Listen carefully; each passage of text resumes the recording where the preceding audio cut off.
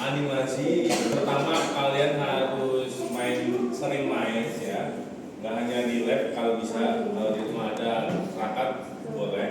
Oke, jadi sekarang kan sudah paham bahwa tadi ya, kalau antar jarak keyframe 1 dengan keyframe 2 semakin jauh berarti dia semakin pelan gerakannya ya, semakin pelan. Makanya kalau tadi kalian misalkan, kok saya kecepatan ya, nah karena ini sangat jaraknya pendek ya, antar keyframe ini jaraknya pendek ya. Jadi keyframe ini menentukan kalian kayak mau cepet atau lama ya. Semakin kalian jarak keyframe 1 dan keyframe 2 jauh berarti dia semakin lama lagi.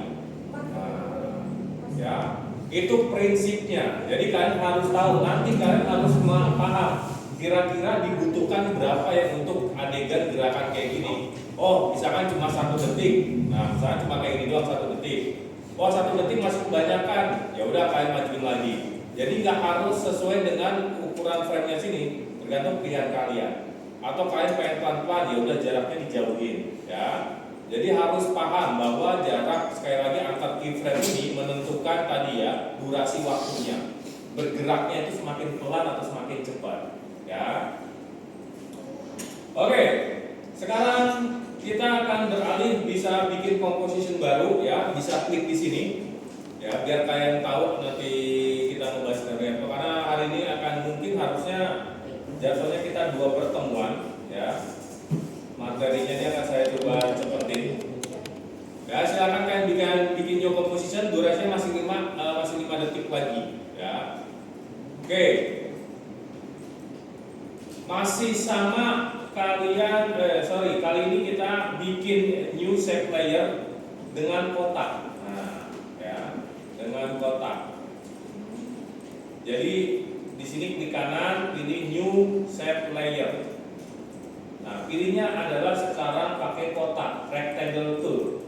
Ya, silakan kalian bikin persegi panjang. Oke. Silakan kalian bikin di sini rectangle tool pakainya persegi panjang.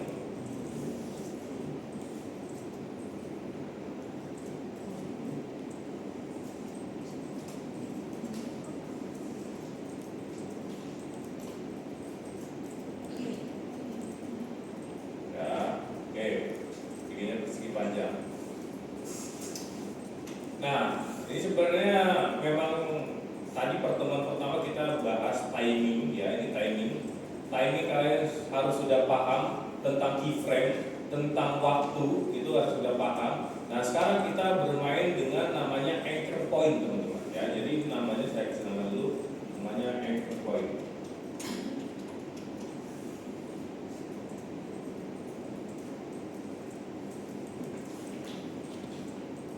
Oke, kita akan bermain nama toolsnya adalah anchor point. Anchor point itu adalah sebagai kunci, teman-teman. Jadi kalau kalian lihat di sini ada persegi panjang, ya, ini warnanya ganti jadi satu warna.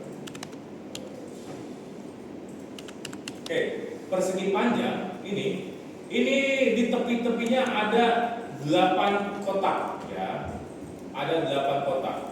Nah, ada 8 kotak nih. Cuma kalau kita geser, ya, ternyata ada tambahan, teman-teman, nih di sini.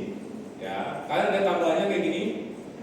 Ya, itu adalah disebutnya anchor point, teman-teman. Jadi dialah sebagai pengunci sudut. Nah, pengunci sudut apa sih? Nah, ini akan saya kasih gambaran. Dia akan mengunci sudut. Ini anchor point ini tadi ya akan saya taruh di tengah sini, di bawah. Nah, ya. Kalau saya mainkan bermain scale, kita akan bermain scale, maka dia akan ke bawah. Ini anchor point-nya teks ini. Kalau kita turunkan, saya akan turunkan mengecilkan, nah, dia akan kecil ke bawah. Nah, ya. Kemudian kalau anchor point-nya saya taruh di pinggir sini, kalau saya kecilkan lagi, nah dia akan ke samping. Nah, ya. Jadi anchor point adalah seperti itu, teman. Titik mana yang akan kita kunci intinya. Ya. Nah, cara mengatur anchor point ini kalian nggak bisa pakai namanya selection tool. pakainya adalah di sini pad di hand atau shortcutnya Y di keyboard. Ya, kalian pencet Y di keyboard sekali, setelah itu barulah kalian bisa pindahin anchor point-nya. Kalian taruh di sudut bawah sini, sudut tengah. Ya, sudut tengah. Sudah? Kalau sudah kalian pindahkan anchor point, baru kita ke selection tool. Ingat, kalau sudah menaruh anchor point-nya di bawah, baru kita ke selection tool. Ya, untuk apa? Karena nanti kalau kalian masuk ke anchor point, nanti sudut kunci ini akan berubah-ubah nanti takutnya. Jadi pastikan kalian balik lagi ke sini ke selection tool. Nah, barulah di sini kalian cari namanya scale. Nah, di bawahnya position yang tadi. Ya, transform kemudian pilih scale.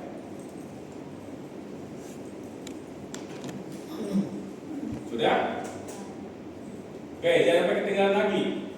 Langkahnya yang masih sama kayak tadi, kursornya yang pertama kita arahkan dulu, ya. Kursornya ke depan sini ya, ke titik 00. Setelah itu kita aktifkan scale-nya, aktifkan stopwatch-nya, keyframe-nya biar aktif. Setelah itu, ini saya pengen dari kecil ke besar. Berarti di angka 00 ini harusnya dia kecil sekali. Nah, caranya adalah kalian bisa geser atau klik sekali, pencet 0. Nah, sudah? Jadi klik sekali, pencet 0. Kalau sudah, sekarang kalian ke angka 1 detik. Kursornya naik ke angka 1 detik. Kalau sudah, klik sekali, pilih 100%, enter. Nah, maka sudah berhasil bikin pergerakan dari kecil ke besar. Nah, ya, pakai spasi untuk previewnya. Berhasil semuanya? Oke. Sekarang kita akan menduplikat objek ini, ya. Nah, caranya teman-teman perhatikan lagi. Mungkin kalau di belakang nggak kelihatan, ya. Pertama adalah kita klik dulu set layernya di sini, ya.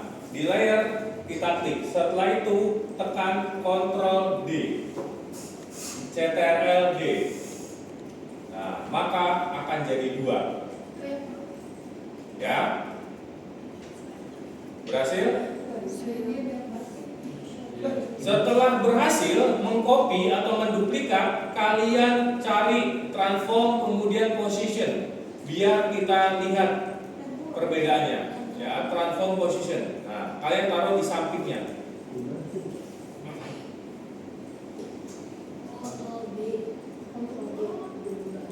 Ctrl D. Ya, Ctrl D. D, duplikat.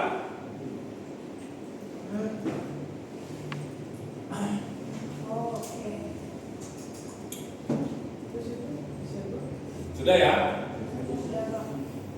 Oke, kemudian kalian ke transform yang untuk objek yang kedua, pilih position untuk kalian geser. Kalau tadi kan numpuk tuh, dia Ctrl D itu duplikatnya di persis di atas. Jadi kalian geser aja. Ya, dia posisinya tuh ada persis di atasnya. Nah, tinggal kalian geser.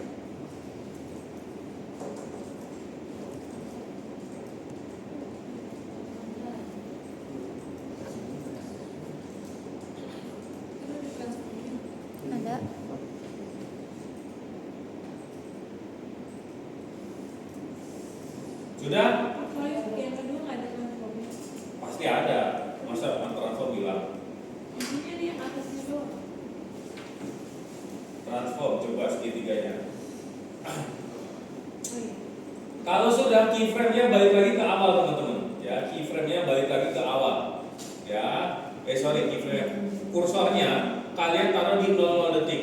Ya, 00 detik.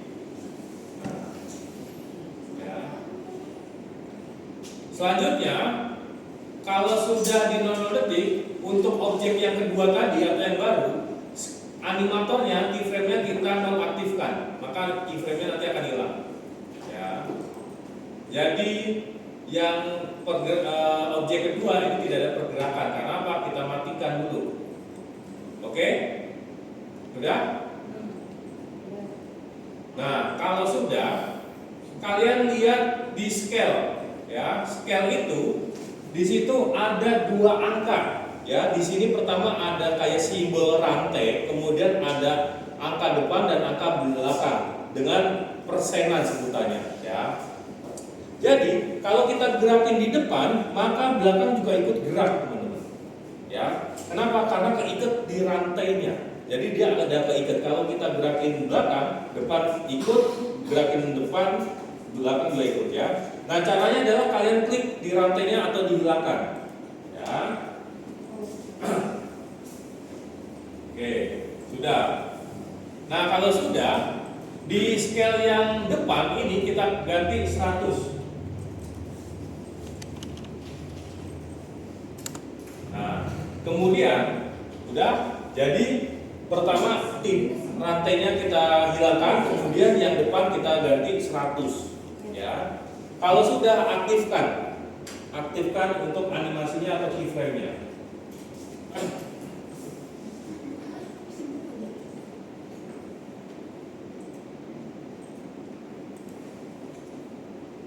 Oke, ya. Kalau sudah, sekarang di angka 1 detik, ya, kursornya di angka 1 detik, baru angka yang belakang kalian jadiin 100%.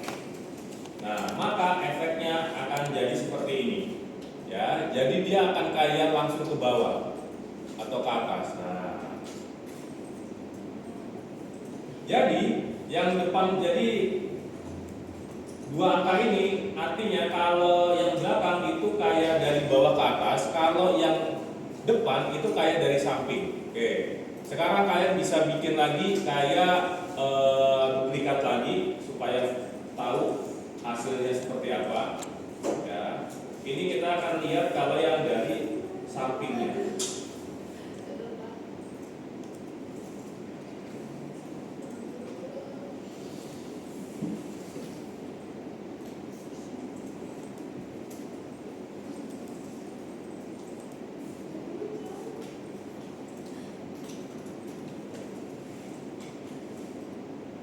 Nah, ini anchor point-nya sama lokasinya, cuma kita merubah permainan di sininya, ya. Jadi itu adalah scaling-nya.